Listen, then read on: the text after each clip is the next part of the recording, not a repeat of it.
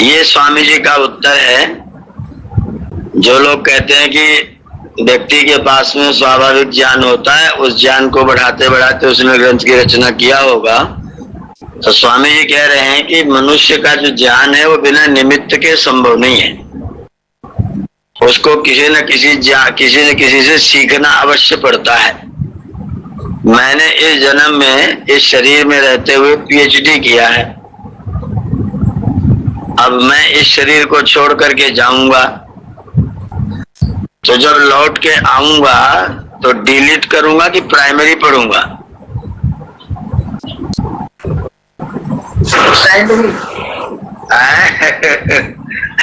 नहीं, अभी मैं अगर शरीर अभी छोड़ के जाऊं तो लौट के आके मैं सीधा डिलीट कक्षा में प्रवेश लूंगा कि पहले प्राइमरी में पढ़ूंगा फिर आगे आऊंगा? पहले भी पढ़ना पड़ेगा, तो प्राइमरी में आना पड़ेगा ना। तो मेरे पास तो अभी इस जन्म में मेरे पास में विद्वानों का दिया हुआ, ऋषियों का लिखा हुआ, बहुत लोगों से सुना हुआ अनेक प्रकार का ज्ञान है, और ये ज्ञान मेरे पास में रहेगा। मैं इस ज्ञान के साथ में रहूंगा। लेकिन जब मैं लौट के नए शरीर में आऊंगा तो मुझे फिर से एक बार शुरुआत से का खा गा गा आ आ इ ई उ ऊ ही पढ़ना पड़ेगा। इस जन्म के ज्ञान के आधार पर मुझे अगले जन्म में पढ़ने में बहुत सुविधा रहेगी, बहुत आसानी रहेगी, बहुत सरलता से और बहुत जल्दी जल्दी में सीखूंगा, क्योंकि मेरे पास पुराना है। इस जन्म में, नए जन्म में पुराने वाले को खाली जगाना पड़ता है, और वो जगाने का काम कोई विद्वान, कोई गुरु, कोई आचार्य, कोई माता पिता करते हैं। लेकिन जो मेरे पास अभी ज्ञान है, उस ज्ञान को लेके मैं जाऊंगा तो लौट के आके मेरा स्वाभाविक ज्ञान से ही मैं कुछ नहीं पढ़ पाऊंगा। मुझे प्राइमरी में जाके काका काका पढ़ना ही पड़ेगा। तो उसी प्रकार से सृष्टि के आदि में अगर परमात्मा ने अपना ज्ञान न दिया होता तो मनुष्य अपने ज्ञान का विकास करके और अपने ज्ञान के विकास से नए नए ग्रंथों की रचना करने की सामर्थ्य कैसे प्राप्त करता? जैसे आज भी 1,97,00,00,000 साल व्यतीत होने के बाद भी हम लोगों को आने पर काका गागा ही सीखना पड़ता है, प्राइमरी में जाना ही पड़ता है। उसी प्रकार से सृष्टि के आदि में जब आएंगे तो भी किसी से तो सीखना पड़ेगा, किसी के पास तो जाके पढ़ना पड़ेगा। और जब कोई अध्यापक अन्य अध्यापक नहीं था और ईश्वर अपना ज्ञान न देता तो हम ज्ञानी कैसे होते? इसलिए ईश्वर ने अपना निमित्त वाला ज्ञान ईश्वर ने दिया और मेरे पास अपना था, दोनों मिलकर के तब हम ज्ञानी हुए। फिर हमने ग्रंथ लिखना शुरू किया। तो इसी क्रम से विद्या की उन्नति सदा होती है। कोई व्यक्ति स्वाभाविक ज्ञान से वेद जैसे ग्रंथ की रचना करने की सामर्थ्य नहीं प्राप्त कर सकता। ये महर्षि दयानंद का तर्क है। स्वामी जी नमस्ते। नमस्ते नमस्ते। स्वामी जी, मैं बोल रहा हूँ, मेरा ज्ञान राई से भी बहुत छोटा है जी। राई से भी बहुत छोटा है। जब अब मेरी मृत्यु हो जाएगी तो मैं कौन सी क्लास व कौन सी स्टैंडर्ड में आऊंगी?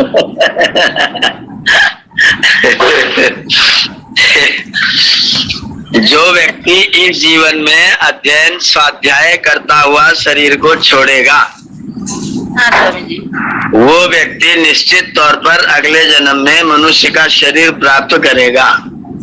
हाँ। और उसका पढ़ने लिखने का संस्कार क्योंकि ताजा ताजा रहेगा, इसलिए वह ऐसे घर में जन्म लेगा जहाँ पर पढ़ने पढ़ाने वाले लोग रहते होंगे। हाँ स्वामी जी। तो पढ़ने का अवसर आपको आज के इस जन्म के अध्ययन के द्वारा आपको अगले जन्म में पढ़ने वाला परिवार, पढ़ने का अवसर परमात्मा आपको प्रदान करेंगे। और उस अवसर को प्राप्त करके उसको आगे बढ़ाना वो आपका हमारा काम होगा। हाँ स्वामी जी।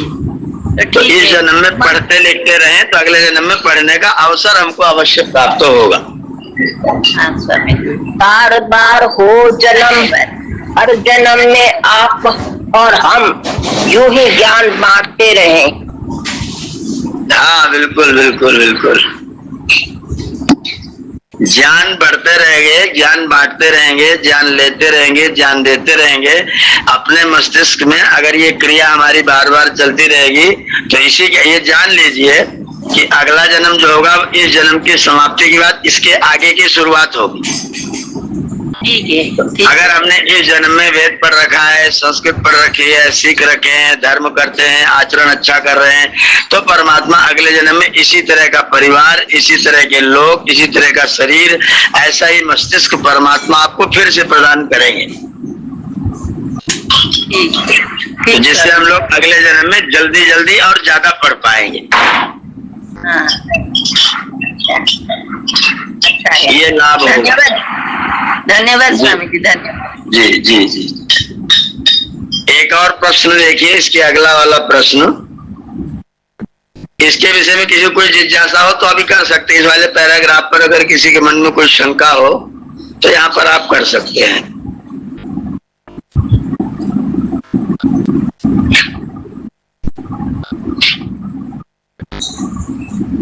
नहीं तो अगला वाला प्रश्न नोट करिए। आचार्य जी, ये जो आपने लिखवाया है उत्तर, इसके प्रश्न का भी अगर शब्दार्थ जैसा लिखवा देते तो अच्छा था। प्रश्न आपने नोट किया था कि नहीं उस परसों? नहीं, परसों तो किया था, लेकिन उसमें एक लाइन छूटी हुई थी स्वामी जी, जो स्वामी जी का एक बार पढ़ दीजिए। स्वामीला जी आप पढ़िए प्रश्न को, क्या लिखा आपने? नहीं, एक मिनट।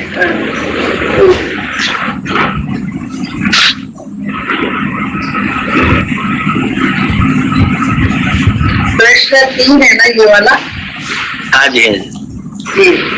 सृष्टि के आदि में परमात्मा ने मनुष्यों को स्वाभाविक ज्ञान दिया।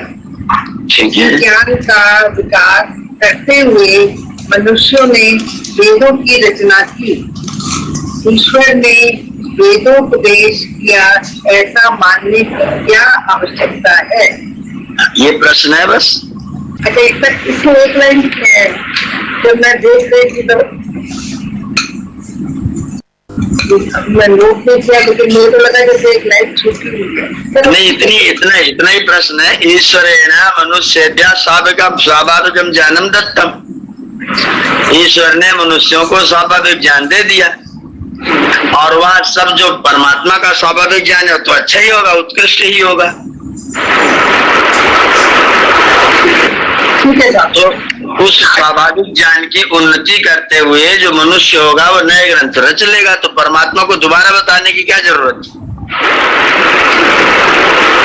तो स्वामी ने इसका उत्तर दिया कि मनुष्य बिना किसी निमित्त के, बिना किसी अन्य से पढ़े कुछ नहीं जानता है। चाहे जितना पढ़ा लिखा हो पूर्व जन्म में, इस जन्म में आएगा तो उसे फिर से वही आ ई उ काका पढ़ना पड़ेगा। उसको निमित्त की आवश्यकता पड़ेगी। तो सृष्टि के आदि में और कोई माता पिता थे नहीं जो सिखाते, तो कौन बताता? परमात्मा भी न बताता। तो इसलिए परमात्मा ने पहले बताया, फिर मनुष्य ने और अपने बुद्धि से और विकास किया, लेकिन बिना किसी के कुछ बताए। आपको प्राइमरी में अध्यापक ने आपको काका पढ़ना बता दिया, फिर आपको जोड़ के पढ़ना बता दिया, कमल, फिर कमला में एक मात्रा लगा दिया, कमला, फिर सर पट चल घर पर मत, ऐसे पढ़ते थे प्राइमरी में। लोग सीखते थे कि बिना मात्रा का, फिर बड़ी मात्रा, फिर छोटी मात्रा। उसके बाद अध्यापक ने हमको कह दिया अब तुम जाओ। उसके बाद फिर हमने, जब अध्यापक हमको अक्षर बता दिया, परिचित करा दिया, फिर हमने अपने नए नए अक्षर और सीखने, बोलने, पढ़ने, सीखना शुरू कर दिया। लेकिन कुछ भी न बताता कोई, हम तो कुछ न कर पाते। मेरी माता जी 70 साल की थी और मेरी बिटिया पैदा हुई 2 साल की हुई, मैंने उसको स्कूल में भेजना शुरू किया। अब वो आई पढ़ करके जब विद्यालय से, तो मेरी अम्मा से बोली कि अम्मा तुम अपना नाम लिखना जानती हो?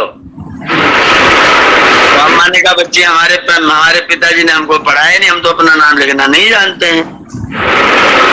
अब ये बिटिया इतना ज्यादा चिंतित हो गई, अरे तुम तो अपना नाम ही लिखना नहीं जानती, चलो मैं तुमको सिखाऊंगी। हमारी बिटिया ने लगभग 10 दिन समय लगा के अम्मा का हाथ पकड़ के, कलम दे के, हाथ पकड़ के घसीट के उनको उनका नाम लिखना सिखाया। तो तो माता जी 70 साल की उम्र में अपना नाम माता जी ने लिखना शुरू किया।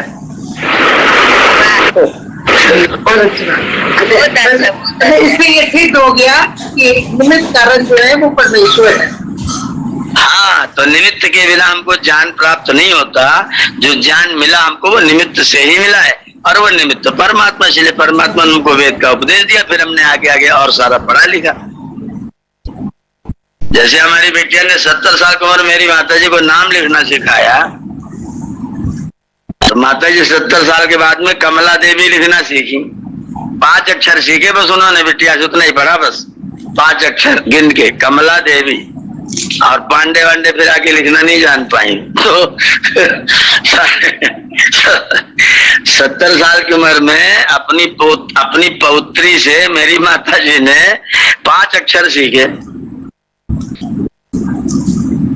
अब 70 साल तक भी वो अपना कमला नहीं जान सकती। किसी कोई चिट्ठी पत्री कोई पत्र वत्र आ जाए, अब वो पत्र लेकर के पीछे, अरे बच्ची पढ़ दिया, अरे बच्ची पढ़ दिया। कोई ना पढ़े तो बड़ी दुखी हूँ, क्या लिखा है बता दो, हमको पढ़ के बता दो। तो जब व्यक्ति 70 साल जीवन व्यतीत करने के बाद अपना 5 अक्षर नहीं सीख पा रहा है, तो सृष्टि का आदमी बिना निमित्त के वेद रचने लग जाएगा। ये बात कैसे सिद्ध होगी? नहीं। इसलिए हमको निमित्त की आवश्यकता थी, और वो निमित्त परमात्मा थे जिन्होंने हमको अपना ज्ञान प्रदान किया। उस ज्ञान से फिर हम लोगों ने दुनिया में रहने का तरीका सीखा, और दुनिया में रहते रहते अब 1 अरब 97 करोड़ साल व्यतीत हो गए। और अभी भी इतना पढ़ने के बाद भी जब लौट के आते हैं तो फिर दोबारा वही आ ई ऊ पढ़ते हैं, वहीं से फिर शुरू करना पड़ता है। इस जन्म के पढ़ने के कारण अगले जन्म में सुविधा होती है, हम कुछ जल्दी पढ़ जाते। जैसे हमारा संस्कार संस्कृत पढ़ने का था, मुझे गुरुकुल पढ़ने का मौका लग गया। अब मेरा वो बहुत तेजी से बढ़ गया। मैंने 8 महीने में अष्टदे याद कर डाली, 2 महीने में धातु पाठ याद कर डाला, इतने दिन में याद कर डाला। अब 10,000 मंत्र सूत्र सब खोपड़ी में भर गया करके। लेकिन पिछले जन्म में किया था तो सहजता से हो गया। और फिर शरीर छोड़ के जाऊंगा अगले जन्म में, अगर ऐसा ही अवसर मिल गया तो और अच्छा विद्वान होकर के आऊंगा, और बढ़िया वेद पाठी और अच्छा वेदज्ञ बन करके आऊंगा। और ऐसा अवसर अगर ये विद्या अध्ययन में छोड़ दूं, पढ़ने पढ़ाने के बाद मैं पढ़ना पढ़ाना बंद कर दूं और अपना काम खेती बाड़ी दुकानदारी वो सब करने लग जाऊं, तो लौट के आऊंगा तो मेरा पढ़ने वाला संस्कार फिर धूमिल हुआ रहेगा, फिर मुश्किल होगी पढ़ने में। इसलिए व्यक्ति को जिस दिन मृत्यु हो, शरीर छोड़े, उस दिन भी कुछ न कुछ पढ़ के जाना चाहिए। आचार्य जी, जैसे ना हम अगले जन्म में यदि कोशिश करेंगे इस क्षेत्र में बढ़ने के लिए, तभी तो बढ़ पाएंगे। अगर हम छोड़ देंगे तो कैसे बढ़ेंगे? शोभा जी, मान लीजिए हम छोड़ भी दें, आप देखिए कुछ लोग मुसलमान के घर में पैदा हुए, शुद्ध होकर के वैदिक विद्वान हो गए। हाँ जी, अब वो संस्कार रहेंगे तो वो बनेंगे ही बनेंगे। हाँ, वो संस्कार रहेगा तो वो कहीं न कहीं से ढूंढ के बीज अगर सुरक्षित रहेगा तो कहीं न कहीं से जमीन पाते ही उग जाएगा। हाँ, भले हमको बचपन में मौका न मिले, बाद में मौका मिले। आप देखिए ऐसे ऐसे इतिहास में आपके पास प्रमाण है। पंडित क्षेमचंद्र दास त्रिवेदी 59 साल की उम्र में गुरुकुल में पढ़ने गए, 13 साल की उम्र में उनका विवाह हो गया। आपके सामने 80 साल की बुढ़ी बैठी है।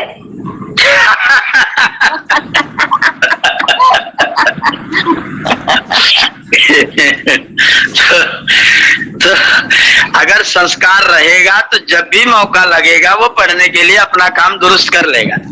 ये है जी, धन्यवाद। आत्मा के साथ सूक्ष्म रूप में जाते हैं विद्या आपकी। बिल्कुल बिल्कुल, वो संस्कार आत्मा के साथ में सदैव रहते हैं। इसलिए मैं सत्यपति जी का इतिहास, ओम सत्यपति जी का भी वही इतिहास है, मुझे ऐसा याद आता है। हाँ, मुसलमान परिवार में पैदा हुए, मुसलमान धोबी परिवार में पैदा हुए, और संस्कार था तो गुरुकुल में चले आए, योगी बन गए। जी जी जी, महेंद्र तो संस्कार अगर बना रहेगा तो कहीं न कहीं से मौका पाके जमीन मिली और बीज हुआ। मुनि जी, वेद खुला पड़ा है, ऋग्वेद भाष्य भूमिका है।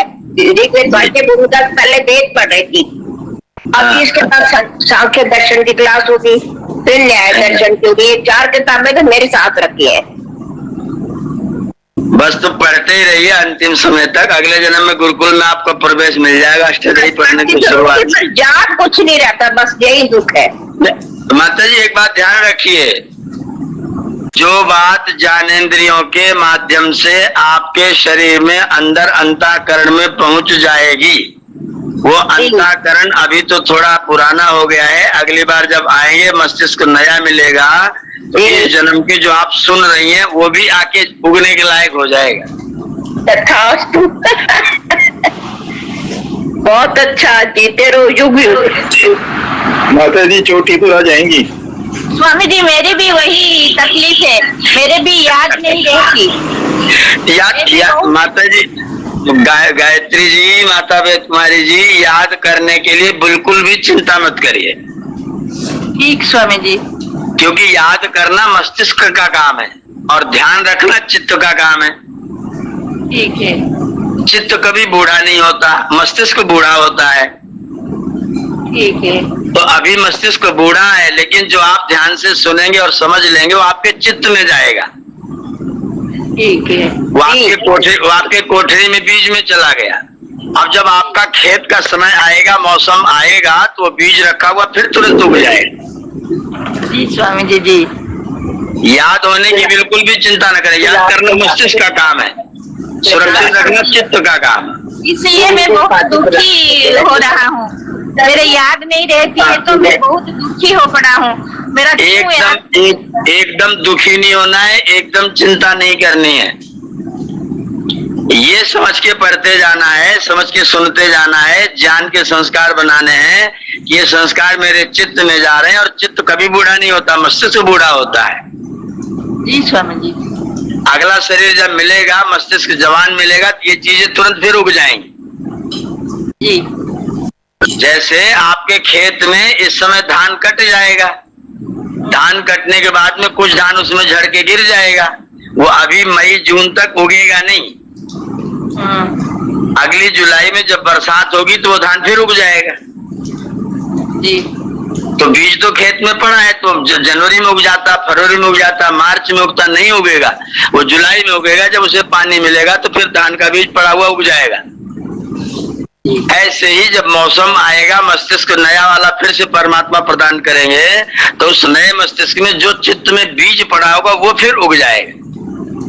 ठीक स्वामी जी, ठीक है। आप वृद्धावस्था में याद करने की बिल्कुल भी चिंता मत करिए। लेकिन आपकी स्वामी जी जी, मैं एक कहना चाहूँगा, कोई आयुर्वेद में कोई ऐसी औषधि हो जिससे याददाश्त हो गई, चीजें याद रहती रही, ऐसे बता दो जी कोई। नहीं, औषधियां हैं, ऐसी औषधियां भी हैं, लेकिन वो कितनी औषधियां, जब शरीर कमजोर रहेगा, मस्तिष्क पुराना हो गया, 70 साल का 80 साल का हो गया, तो औषधियों का प्रभाव भी उतना नहीं होगा जितना अन्य को हो सकता है, जितना होना चाहिए। ब्राह्मी घृत है, सारस्वतारिष्ट है, सारस्वत चूर्ण है, शंख पुष्पी है, ज्योतिषमती तेल है, बाल कंगनी है। ये जो औषधियां हैं, बनी बनाई औषधि सारस्वतारिष्ट है, सारस्वत चूर्ण है, ब्राह्मी घृत है, आयुर्वेद में बना बनाया मिलता है। उसको दूध के साथ में थोड़ा सा 1 चम्मच ले तो मस्तिष्क अधिक समय तक क्रियाशील रहता है। और व्यायाम, प्राणायाम, अनुलोम विलोम अवश्य करें, उससे मस्तिष्क की क्रिया ज्यादा सक्रिय रहती है। स्वामी जी, ब्राह्मी घृत और सारस्वत चूर्ण। हाँ, सारस्वत चूर्ण वो मस्तिष्क को अच्छा क्रियाशील बना करके रखे रखता है। ये जो ब्राह्मी घृत है, दूध में मिलाकर पीना। आधा चम्मच दूध में डाल के 1 कप दूध में डाल दीजिए, उसको पी लीजिए। तो मस्तिष्क की क्रियाशीलता को बना के वो रखता है। स्वामी जी, मैं एक बात बोलूं? जी स्वामी जी, मेरा क्या दुख है कि मैं बहुत अध्ययन करता हूँ, बहुत पढ़ता हूँ, लेकिन मैं नींद की गोली खाती हूँ। नींद की गोली खाती हूँ तो इसलिए मेरे याद कम हो जाता है। नींद की गोली ना खाए तो नींद नहीं आती है। हाँ स्वामी जी। चलना फिरना व्यायाम कुछ शरीर से होता है। स्वामी जी एक्सरसाइज करता हूँ, हाफ एन आवर योगा करता हूँ और ध्यान करता हूँ ओम का। अभी अभी ध्यान करता हूँ, ओम का जप करता हूँ और उपासना भी करता हूँ स्वामी जी, फिर भी मुझे नींद नहीं आती स्वामी जी। स्वामी जी एक नुस्खा मुझे भी पता लगा है, ये जो गोलियां छुड़वाता है नींद की। हाँ जी, भ्रामरी प्राणायाम है जी, वो भ्रामरी प्राणायाम। भ्रामरी करूंगी और तो मैं छोड़ दूंगी स्वामी जी। एक स्वामी जी एक ऐसा उसमें मैंने सुना है जी कि उसके क्या नाम, पुदीने के पत्ते जी 10 ग्राम और आधा गिलास पानी जी, और उन्हें पका के इतना कि वो आता रह जाए पानी, और उसमें 2 चम्मच 3 चम्मच शहद के मिला के गुनगुना सा पानी में, और रात को पी लो जी, नींद आएगी। फिर बोलिए भैया जी, फिर बोलिए। पुदीना के पत्ते पका करके और बाद में थोड़ा शहद डाल के उसको पीजिए। हाँ हाँ ठीक, गुनगुनाते पानी। हाँ, थोड़ा गरम गरम पी लीजिए। हाँ पैर के तलवों में सोने से पहले तेल की मालिश कीजिए, उससे भी नींद अच्छी आती है। ठीक है। पैर के तलवों में तेल की मालिश सोने से पहले रात को। अरे जी ये तो बीमारी ये मेरे को भी है कई सालों से। एक आपकी शिष्या होती थी विजय, उसने ये नींद की गोली का चस्का लगाया जावली में कि ये फोटो के लिए बहुत अच्छी है, ये है वो है, उसी ने सारा कुछ किया। और उसके बाद अब मैं इतनी परेशान हूँ कि मैं गोली पे गोलियां खाती हूँ। पर भ्रामरी जो भैया ने बताया बहुत अच्छा बताया, मैं आज वही करूंगी भ्रामरी। हाँ ठीक है। सोने से पहले भ्रामरी किया कीजिए। मुनि जी मेरा एक अनुभव है मुनि जी, जो अपने पास है बिना पैसे का है, वो ये है कि रात को सोते समय जो अपने मंत्र है उसको पढ़ना शुरू कर दीजिए, पूरे 5 मंत्र, और 1 हफ्ते लगातार शायद आपको न फर्क पड़े, लेकिन 7वें 8वें दिन से आपको अपने आप पढ़ते ही नींद आने लगेगी, जमुआई आने लगेगी। पढ़ के देखिए भैया। कौन सा मंत्र? रात को सोते समय जो है प्रातः काल के मंत्र है, रात सोते समय उसमें दिया हुआ है। शांति ओम यज्ञागर्तो जी हाँ, इसको पढ़ लीजिए, शायद 1 दिन में ना फर्क पड़े, 2 दिन में नहीं, लेकिन 7वें 8वें दिन हर हाल में आपको अपने आप नींद आ जाएगी जैसे पढ़ना शुरू करेंगे। ये मेरा व्यक्तिगत अनुभव। कौन सा मंत्र भैया? मैंने नहीं समझी। यज्ञागृतो दूर मुदैत वाला जो मंत्र है 4-5 हाँ मालूम है। मन से ध्यान से पढ़िए, 7वें 6ठे दिन हर हाल में नींद आएगी। पहले दिन दूसरे दिन हो सकता ना आए, पक्का है अनुभव। चलिए आगे बढ़ा जाए। अच्छा, ये मस्तिष्क जो है ये हमारा स्थूल इंद्रिय है जी, है ना, और उसके अंदर बुद्धि सूक्ष्म इंद्रिय है। हाँ जी। नहीं सुमना बहन जी, ये जो मस्तिष्क है वो तो स्थूल शरीर का एक भाग है। हाँ हाँ, और हमारा जो मन बुद्धि चित्त अहंकार है वो हमारा अंतःकरण है। हाँ जी। अंतःकरण कभी भी बूढ़ा नहीं होता है, स्थूल शरीर हमारा बूढ़ा होता है। और ये शरीर बार बार बदलता रहता है, पुराना होता है फिर बदलता है, फिर नया मिल जाता है। पर जो संस्कार संचित होते हैं वो चित्त में संचित होते हैं, और जब चित्त बिना स्थूल शरीर की सहायता की कुछ भी व्यक्त नहीं कर सकता है, तो जब उसको फिर से बलवान शक्तिशाली फिर से जब स्थूल शरीर प्राप्त होता है तो चित्त अपने संस्कारों को उसके द्वारा फिर प्रकट करने लग जाता है।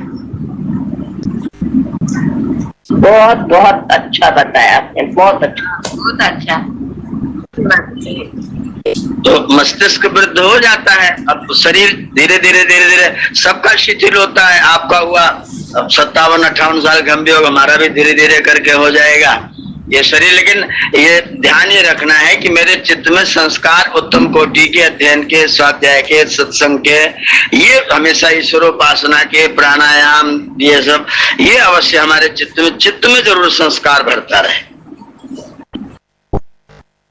अगर चित्त के संस्कार से वंचित हो गए, शरीर को मस्तिष्क काम नहीं करता और चित्त में संस्कार डालना भी बंद कर दिया, तो दोनों तरफ से बंद हो गया मामला।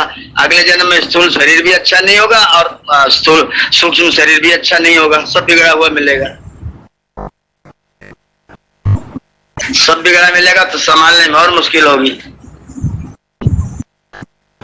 इसलिए बना हुआ मिले, अच्छा मिले शरीर, अपना स्थूल शरीर भी अपने प्रत्येक अंग को, मैं तो अपने संस्कार बनाएंगे सिर से लेकर के पैर के अंगूठे तक पूरे स्थूल शरीर को सवेरे आसन व्यायाम करते समय एक बार पूरे पर अपने मन को जरूर दौड़ा लीजिए। बल्कि ऐसे हाथ फेरते तो दोहरा लीजिए पूरे शरीर को, सिर से लेकर पैर तक अपने पूरे शरीर पर हाथ फेरिए और भगवान का धन्यवाद करिए, प्रभु तुमने मुझे बहुत अच्छी गाड़ी दे रखी है, अब ये गाड़ी पुरानी हो रही है, अब हमसे जितना इसमें हो सके उतना करने दीजिए, फिर नई बढ़िया सी दे देना। अच्छा है। पूरे शरीर के साथ में स्थूल शरीर एक ऐसा मन का आप एक संस्कार डालिए कि हमारा स्थूल शरीर भी अगला अच्छा सा हो और मेरा पढ़ने पढ़ाने का संस्कार चित्त में बढ़िया बना रहे। जिस अंग का आप प्रयोग करते रहेंगे वह अंग आपको परमात्मा की कृपा से व्यवस्थित मिलता रहेगा। दुरुपयोग करते हैं तो फिर उस अंग को परमात्मा बिना अंग का कर देते हैं, उस बिना अंग का पैदा कर देते हैं। तो हमारे शरीर के अंगों का सदुपयोग हो और इन पर भी ये परमात्मा जो हमारी गाड़ी है जिसमें हम बैठे हुए हैं, ये परमात्मा का एक बहुत बड़ा वरदान है। 86 करोड़ प्रकार के शरीर परमात्मा के पास में अभी हैं और जीव अगर अपने कर्मों के स्तर को बदल देगा, अपने आप को अपनी बुद्धि का प्रयोग करता हुआ अगर अपने कर्मों का स्तर बदल देगा तो परमात्मा नए प्रकार के भी शरीर बनाएंगे। जैसे कर्म हम करेंगे उन कर्मों का फल जिन शरीरों में प्राप्त कर सकेंगे वैसा शरीर परमात्मा आपको प्रदान करेंगे, तो शरीर वैसा मिलेगा। अगर हमने अपने संस्कार उत्तम बनाए हैं, अपने शरीर का सदुपयोग किया है, अपने शरीर का ध्यान रखा है, परमात्मा का वरदान समझ के अपने शरीर का दुरुपयोग हमने नहीं किया, क्या खाएं, कब खाएं, कैसा खाएं, कहाँ खाएं, कितना खाएं, क्या खाएं क्या ना खाएं, हमने अगर अपने से जो लोग शरीर में उल्टा सीधा जो पा रहे हैं वो डाल रहे हैं, हाड़ मांस दूसरे पशु पक्षी प्राणियों को मार के खा जा रहे हैं, वो अपने इस शरीर का सत्यानाश कर रहे हैं और अगले जन्म में अपने आप का सत्यानाश करने की जुगाड़ कर रहे हैं। अगर मैं अपने शरीर का सदुपयोग करूंगा तो परमात्मा मुझको अगले जन्म में अच्छा, सुंदर, स्वस्थ, बढ़िया सा शरीर देंगे और पढ़ता पढ़ाता रहूंगा तो मुझे बढ़िया सा परमात्मा मस्तिष्क भी देंगे और पढ़ता पढ़ाता रहूंगा तो चित्त में पढ़ने के संस्कार रहेंगे और मस्तिष्क बढ़िया सा देंगे, दोनों एक हो जाएगा तो मैं अगले जन्म में और अच्छा मेरा मस्तिष्क और अच्छे विचार और अच्छी चीजें पैदा होंगी, अच्छे लोगों से मेरी मित्रता होगी। अगर मैं पढ़ता पढ़ाता, जैसे अब 40 लोग हम लोग बैठ के पढ़ रहे हैं, अब ये 40 लोग आपस में पढ़ने पढ़ाने का संस्कार बना रहे हैं, तो परमात्मा जब हमको पैदा करें अगले जन्म में तो पढ़ने पढ़ाने वालों के बीच में ही पैदा करें, हमारे मित्र पढ़ने पढ़ाने वाले लोग रहेंगे और नहीं तो दुष्ट लोग, बेईमान लोग, चोर लोग, लंपट लोग, व्यभिचारी लोग हमारे मित्र होंगे। तो हम अपने संस्कार जैसे बना करके जाएंगे परमात्मा उसी संस्कार के आधार पर आपको अगला प्रदान करेंगे। तो इस जन्म का प्रयत्न ये सोच के मत करिए कि मैं सफल नहीं हुआ, फेल हो गया, कम नंबर आया या मुझे याद ही नहीं रहता, बिल्कुल चिंता नहीं करनी है। मैं तो अगले जन्म में चलने की तैयारी कर रहा हूं और मैं चाहता हूं कि मेरा अगला जन्म ऐसा होना चाहिए, इस भावना के